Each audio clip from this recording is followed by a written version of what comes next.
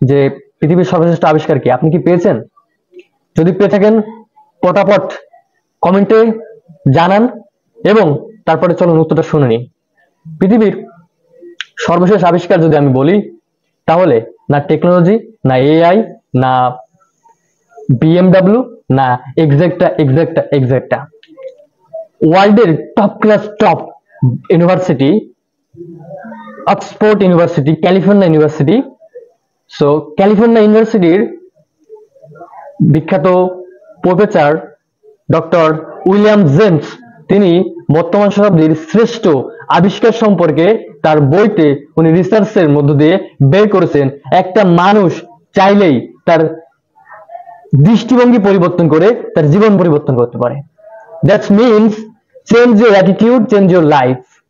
I say you, আপনি যদি আপনার বর্তমান অবস্থাকে পরিবর্তন করতে চান, যাই থাকে না, যে অবস্থা থাকেন না কেন, ওটা পরিবর্তন করার জন্য আপনাকে আপনার দৃষ্টিভঙ্গি বা অ্যাটিটিউড চেঞ্জ করতে হবে। এখন প্রশ্ন হচ্ছে দৃষ্টিভঙ্গি কি, এটা কোথা থেকে আসে, এটা কিভাবে তৈরি হয়, এটা আমি কিভাবে ডেভেলপমেন্ট করব, এটার মধ্যে দিয়ে আমি কিভাবে আমার জীবনে সাকসেস বা সুফল আশা করব। তো চলুন আমরা ভিতরে ঢুকি।